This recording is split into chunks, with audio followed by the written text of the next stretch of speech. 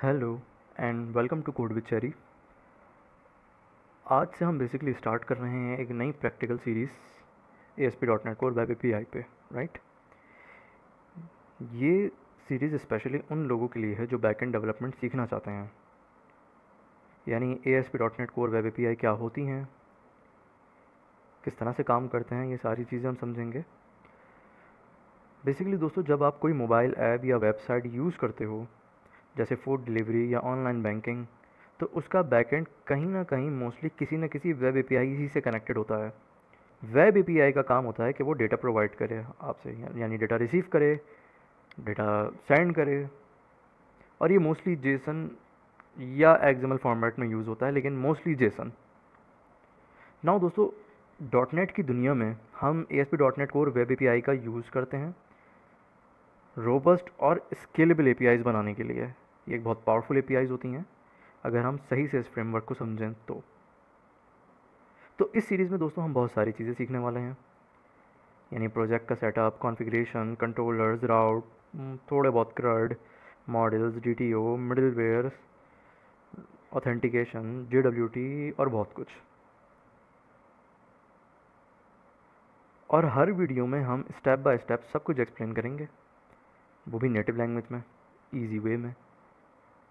तो अगर आप अपना बैकएंड डेवलपमेंट करियर स्टार्ट करना चाहते हैं या एक डॉट नेट बैकएंड डेवलपर बनना चाहते हैं, तो ये प्लेलिस्ट आपके लिए बहुत बेनिफिशियल है। लेकिन दोस्तों, इस प्लेलिस्ट को फॉलो करने के लिए कुछ बेसिक नॉलेज का होना ज़रूरी है, क्योंकि देखिए ये प्लेलिस्ट जो है ना, वो बिल्कुल बिगनर फ्रेंडली नहीं है।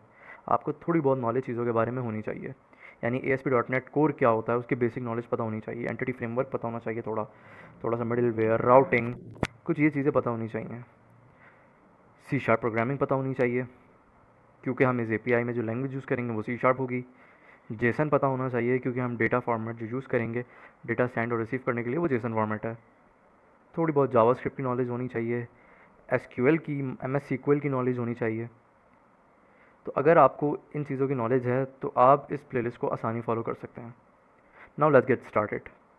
देखिए, इस वीडियो में हम बात करेंगे ASP.NET core web API project के कॉन्फ़िगरेशंस के बारे में, जो बिल्कुल डिफरेंट है पुराने डॉट नेट फ्रेमवर्क के कंपैरिजन में।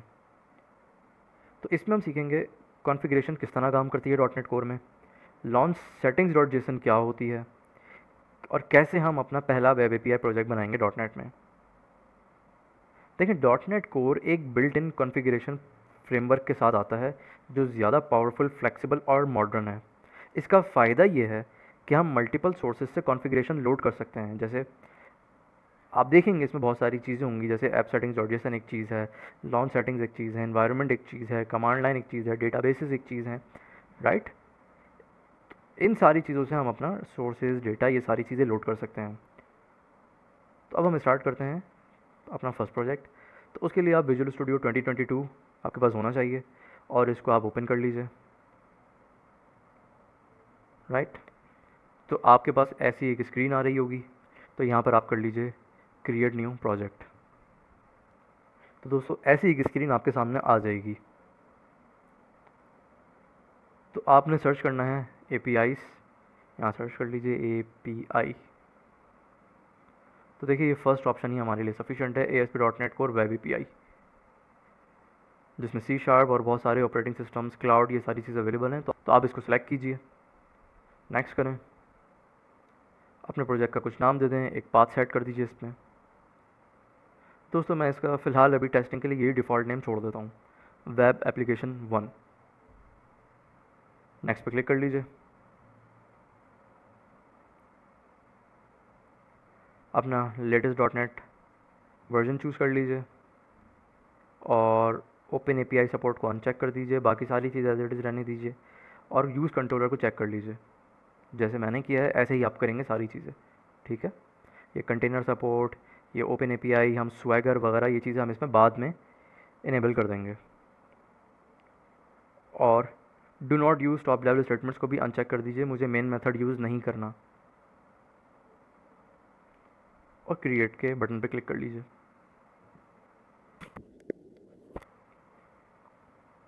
कॉन्ग्रेट्स, आपका पहला .NET वेब API प्रोजेक्ट तैयार है, राइट। इसको काट देते हैं और मैं प्रोजेक्ट रन कर लेता हूँ इसी स्टेट पे। देखते हैं कि क्या ये प्रोजेक्ट ओपन होता है या नहीं।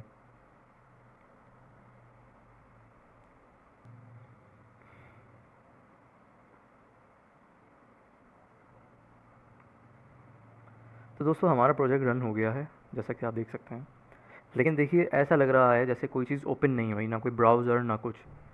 इसको हम अभी थोड़ी देर में समझते हैं कि ये चीज़ें काम कैसे करती हैं। तो मैं फ़िलहाल इसको स्टॉप कर लेता हूँ। तो ना दोस्तों देखिए हमारे पास एक प्रोजेक्ट क्रिएट हो गया है, बेसिक प्रोजेक्ट। ये बहुत बेसिक सा प्रोजेक्ट है, सही है।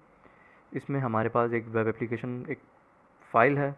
बेसिकली ये CS प्रोजेक्ट की फ़ाइल होती है। इसमें आपके प्रोजेक्ट की कॉन्फ़िगरेशंस आती हैं, आपके पैकेजेस, ये चीज़ें, सेटिंग्स वगैरह इसमें आती है। और यहीं से आपका पता चलता है कि आपके .NET का लेटेस्ट वर्जन आपने कौन सा चूज़ किया है, राइट। इसके बाद दोस्तों आता है कनेक्टेड सर्विसेज। इसमें हम कुछ सर्विसेज को कनेक्ट कर सकते हैं, वो हम इन फ्यूचर समझेंगे कि क्या होती हैं वो सर्विसेज और उनको कैसे कनेक्ट किया जा सकता है। फिर डिपेंडेंसीज होती हैं, इन्हें भी फ्यूचर में समझेंगे।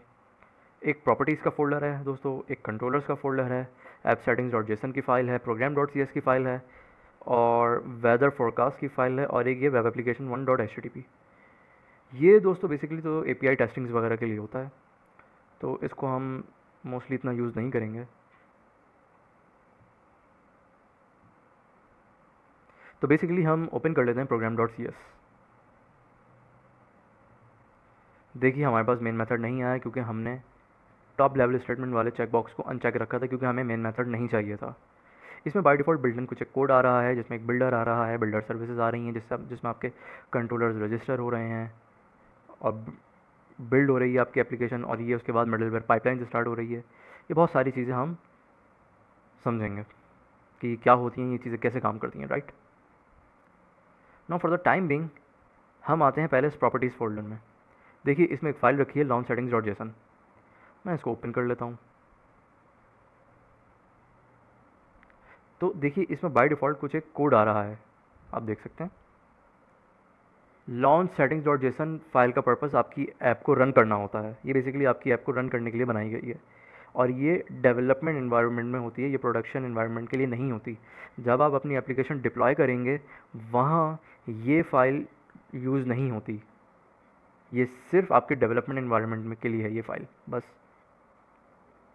बेसिकली इस फाइल के अंदर आपकी प्रोफाइल्स अवेलेबल होती हैं, जैसे IIS एक्सप्रेस, ये आपका एक बिल्ट-इन सर्वर होता है, कैस्ट्रल होता है। अभी देखिए प्रोफाइल सेक्शन में आपको दो प्रोफाइल्स नज़र आ रही हैं, एक HTTP और एक HTTPS। दोस्तों अगर आप गौर करें तो इन दोनों के कमांड नेम बिल्कुल सेम है, प्रोजेक्ट। जिस प्रोफाइल के नेम में कमांड नेम प्रोजेक्ट हो, तो बेसिकली उसका मतलब है कि ये आपका प्रोजेक्ट कैस्ट्रल पे रन होगा। कैस्ट्रल क्या होता है दोस्तों, मैं इसको रन करता हूँ और देखिए आप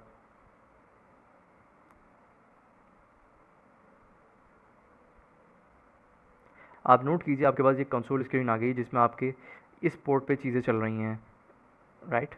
मल्टीपल पोर्ट्स आ रही हैं, उन पे चीज़ें चल रही है आपकी, एक HTTPS के लिए पोर्ट, एक HTTP के लिए पोर्ट। दोस्तों ये कंसोल स्क्रीन हमें बताती है कि हमारा कैस्ट्रल सर्वर सक्सेसफुली रन हो गया है। मैं जैसे ही इसको क्लोज़ करूँगा, आप नोट करेंगे पीछे मेरा विजुअल स्टूडियो भी बंद हो जाएगा, जो कि ये डिनोट करता है कि मेरा कैस्ट्रल जैसे ही बंद होगा तो मेरी एप्लीकेशन भी बंद हो जाएगी, राइट। अभी आपको इसमें बिल्टन दो ही प्रोफाइल्स नज़र आ रही हैं, दोनों कैस्ट्रल की हैं, एक HTTP के लिए, एक HTTPS के लिए है। ऊपर अगर आप प्ले बटन में देखें तो आपका जो प्रोफाइल सेलेक्ट हुई है वो HTTPS है, लेकिन अगर मैं नीचे आऊँ तो मुझे एक IIS एक्सप्रेस भी ऑप्शन नज़र आ रहा है। मैं इसको चूज़ करता हूँ और इस पर रन करता हूँ।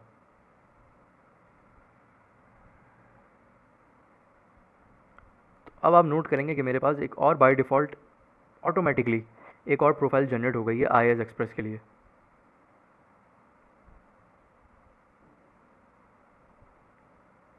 राइट। उसका भी एक अदर पोर्ट नंबर आ गया है। तो मैं स्टॉप कर लेता हूँ दोस्तों। नाउ देखिए प्रोफाइल्स जो है ना, ये डिफ़ाइन करती हैं कि किस तरह आपका प्रोजेक्ट रन होगा, और बाय डिफ़ॉल्ट हमारे पास दो तरह के सर्वर्स अवेलेबल होते हैं इसमें, एक IIS एक्सप्रेस और एक प्रोजेक्ट जिसे हम कैस्ट्रल भी कहते हैं। इन प्रोफाइल से ये होता है कि आपका प्रोजेक्ट किस URL से रन होगा, कौन से ब्राउज़र पे रन होना है, ये सारी चीज़ें आप यहाँ सेटिंग्स में डिफ़ाइन कर सकते हैं। और ये कि क्या ब्राउज़र ओपन होना है या नहीं, ये भी आप डिफ़ाइन कर सकते हैं। कौन सा एनवायरनमेंट सेलेक्ट करना है, ये भी आप डिफ़ाइन कर सकते हैं। यानी अगर मैं लेट सपोज़, अगर आप देख सकते हैं मैंने इस वक्त IIS एक्सप्रेस मेरी प्रोफाइल सेलेक्ट करी हुई है, तो मैं अगर इसकी सेटिंग्स में आऊँ तो देखिए मेरे पास लॉन्च ब्राउज़र ऑप्शन ट्रू हुआ है, तो मैं इसको इसी पोजीशन पर रन कर लेता हूँ। तो आप देख रहे हैं मेरे पास ब्राउज़र ओपन होने लगा। मैं इसे क्लोज कर लेता हूँ। लेकिन अगर मैं अपनी प्रोफाइल HTTPS सेलेक्ट करता हूँ, तो अगर मैं उसकी सेटिंग्स देखूँ दोस्तों, HTTPS की प्रोफाइल्स, और मैं रन कर लेता हूँ,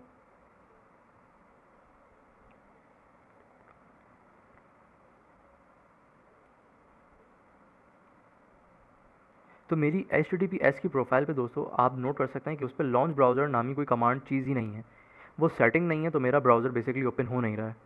तो मैं HTTPS पे भी ये सेटिंग डाल देता हूँ। मैं क्या करता हूँ, ये IIS एक्सप्रेस से कॉपी करता हूँ, Ctrl+C, कमांड नेम के नीचे पेस्ट कर देता हूँ और ट्रू। अगेन मैं रन कर लेता हूँ।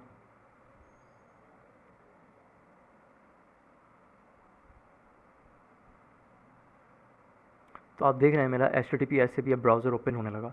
तो ब्राउज़र ओपन करना है या नहीं करना, ये हमारे कंट्रोल में होता है। मैं अगेन इसको फॉल्स कर देता हूँ। इट मीन्स कि मुझे अब ब्राउज़र ओपन नहीं करना। हमारे पास IIS एक्सप्रेस एक प्रोफाइल है, हमारे पास एक प्रोजेक्ट प्रोफाइल है जो बेसिकली कैस्ट्रल के लिए होती है। क्या होता है कैस्ट्रल, क्या होता है IIS एक्सप्रेस, इसे हम फ्यूचर में अपकमिंग वीडियोस में समझेंगे। बेसिकली दो कमांड नेम्स हैं, आप देख सकते हैं, एक IIS एक्सप्रेस और एक प्रोजेक्ट। अगेन जैसे मैंने आपको बताया, IIS एक्सप्रेस भी एक सर्वर है और प्रोजेक्ट हमारा कैस्ट्रल सर्वर को डिनोट करता है। लॉन्च सेटिंग्स डॉट जेसन सिर्फ डेवलपमेंट के लिए होता है। जब हम इस एप्लीकेशन को, अपने इस प्रोजेक्ट को जब कहीं डिप्लॉय करेंगे, वहाँ ये launch settings dot JSON available नहीं होती या काम नहीं करती वहाँ पे। उसकी रीज़न ये कि ये सिर्फ डेवलपमेंट है। जब तक मैं चीज़ें डेवलप कर रहा हूँ, कोड में डिबग कर रहा हूँ, चीज़ें कर रहा हूँ, तब तक मैं इसमें चेंजेस कर सकता हूँ, अपनी मर्जी का कोड दे सकता हूँ। यहाँ से मैं चाहूँ तो इन्वायरमेंट भी चेंज कर सकता हूँ। जैसे आप देख रहे हैं डेवलपमेंट इन्वायरमेंट है, मैं इसको प्रोडक्शन इन्वायरमेंट भी कर सकता हूँ, मैं इसको स्टेजिंग इन्वायरमेंट भी कर सकता हूँ, और जितने इन्वायरमेंट हो सकते हैं वो सब मैं यहाँ पर इसका इन्वायरमेंट वेरिएबल सेट कर सकता हूँ। ठीक है, लेकिन ये सिर्फ और सिर्फ डेवलपमेंट के लिए है, यानी मैं रन कर रहा हूँ, ये डिप्लॉयमेंट के लिए नहीं होती है लॉन्च सेटिंग्स डॉट जेसन। और इसमें हर प्रोफाइल डिफाइन करती है कि किस पोर्ट पे ऐप चलेगी और कौन सा एनवायरनमेंट यूज़ होगा, राइट। तो एक काम करते हैं, स्टार्ट करते हैं, HTTP प्रोफाइल को रिमूव कर देते हैं हम, हमारे लिए सिर्फ HTTPS ही बेटर है। तो ये HTTP वाला सेक्शन, ये देखिए ये हाईलाइट हो रहा है, यहाँ से आता है, मैं इसको रिमूव कर देता हूँ। अभी अगर रिमूव करने से पहले मैं आपको दिखाऊं तो दोस्तों आपको नज़र आ रहा होगा कि एक HTTP प्रोफाइल अवेलेबल है। मैं इसको रिमूव करता हूँ और फिर देखते हैं कि क्या होता है। इसको रिमूव करते हैं, सेव दबाते हैं, तो आप नोट कर रहे हैं अब सिर्फ HTTPS और IIS एक्सप्रेस वाली प्रोफाइल्स अवेलेबल, ये दो प्रोफाइल्स अवेलेबल हैं, HTTP अब नहीं रही। मैं चाहूँ तो कोई कस्टम प्रोफाइल भी दे सकता हूँ।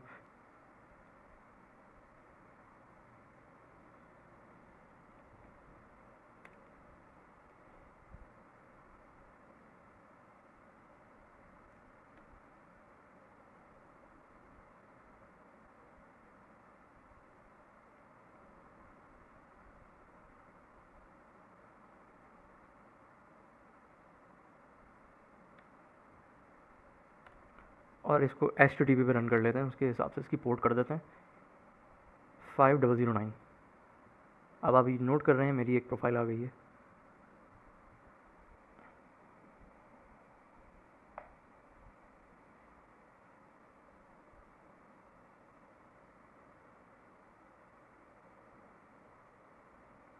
दोस्तों बेसिकली देख लीजिए मेरी प्रोफाइल यहाँ रन हो गई है, आप देख सकते हैं। मैं क्लोज़ कर लेता हूँ, राइट। मैं अपनी प्रोफाइल को रिमूव कर लेता हूँ, यानी मैंने बेसिकली आपको ये दिखाना था कि मैं चाहूँ तो कोई कस्टम प्रोफाइल भी बना सकता हूँ, अलाउड है ये। नाउ दोस्तों मैं ब्राउज़र को फॉल्स कर लेता हूँ, मुझे ब्राउज़र अभी ओपन नहीं करना।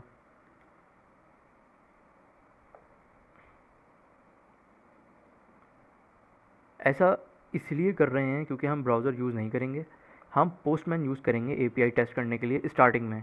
फिर जब हम बाद में स्वैगर कॉन्फ़िगर कर लेंगे तो फिर हम लॉन्च ब्राउज़र एक्टिवेट कर देंगे, इसको ट्रू कर देंगे ताकि हमारा जब ब्राउज़र रन हो तो उस पर स्वैगर आ जाए और फिर उस पर हम चीज़ें टेस्ट कर सकें पोस्टमैन की बजाय, राइट। दोस्तों कंट्रोलर में अगर मैं आपको दिखाऊं तो मेरे पास बेसिकली एक फ़ाइल, एक कंट्रोलर है, वेदर फोरकास्ट के नाम से। और इसके अंदर आप देख सकते हैं एक मेथड रखा है बेसिकली। दोस्तों बेसिकली यही मेरी एपीआई है। एपीआईज और कुछ नहीं है डॉट नेट में, जस्ट मेथड होते हैं। यानी अगर आप सी शार्प से फेमिलियर हैं तो आपको पता होगा कि मेथड अगर मैं कोई बनाऊँ तो उसको मैं कहीं ना कहीं यूज़ करूँगा। लेकिन एपीआई ये वो मेथड होते हैं कि जिसको मैं कोड से कॉल नहीं कराऊंगा, बल्कि मैं किसी ना किसी यूआरएल के थ्रू इन पर हिट कराऊंगा, या तो ब्राउज़र से या पोस्टमैन से, राइट। तो दोस्तों एक सेकंड के लिए अगर मैं इसको ट्रू कर दूं, मैं, मैं इसको अगेन ट्रू कर देता हूं, अपना प्रोजेक्ट दोबारा रन करता हूं।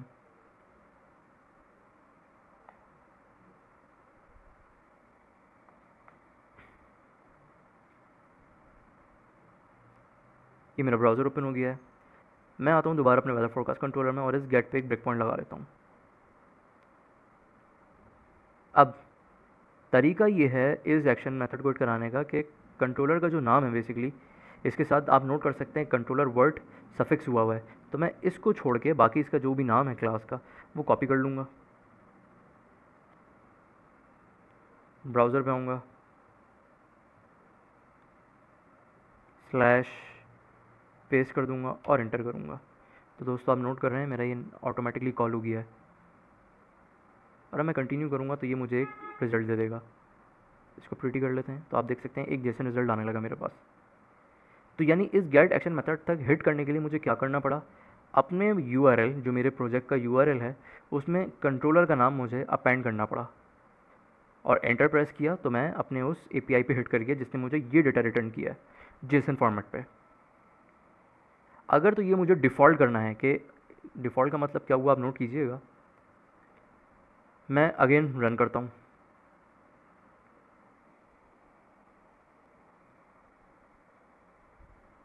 तो देखिए ये डिफ़ॉल्ट यूआरएल नहीं था। यानी मैं ये चाह रहा था कि जब मैं बेसिकली रन करूँ तो ऑटोमेटिकली रन करते ही मेरा ये एक्शन मेथड हिट हो जाए या ये एपीआई हिट हो जाए।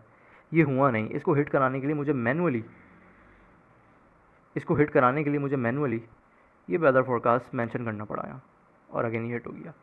तो क्या ऐसा कोई वे है कि जिससे मैं जब प्रोजेक्ट रन करूँ तो ऑटोमेटिकली मैं इसी एक्शन पे या इसी एपीआई पे हिट कर जाऊँ? वेल बेसिकली जी। अगेन आप आइएगा लॉन्च सेटिंग्स डॉट जेसन में, और मैं इस वक्त HTTPS प्रोफाइल पर हूँ। इसके नीचे मुझे एक और कोड लिखना है बेसिकली। मैं यहाँ लिखूँगा, एक की बनाऊँगा। देखिए बहुत सारी कीज़ आ रही हैं। मैं यहाँ दूँगा लॉन्च यूआरएल, और मुझे इसमें मेरे कंट्रोलर का जो भी नाम है मैं वो कॉपी पेस्ट कर दूँगा यहाँ पे।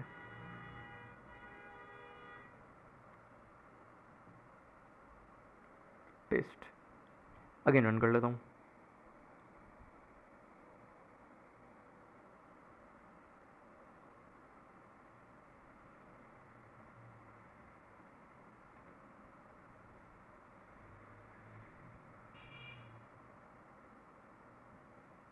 ओके, मुझे इसको स्मॉल में देना है।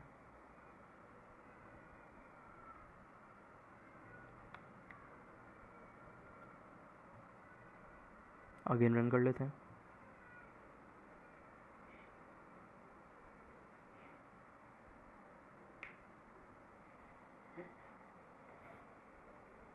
देखें दोस्तों बाय डिफ़ॉल्ट मेरा वही यूआरएल आ रहा है वेदर फोरकास्ट, और देखिए मैं ऑटोमेटिकली अगेन हिट कर गया बगैर मैनुअली मेरे टाइप किए। यानी मैंने खुद से यूआरएल में अपेंड नहीं किया वेदर फोरकास्ट।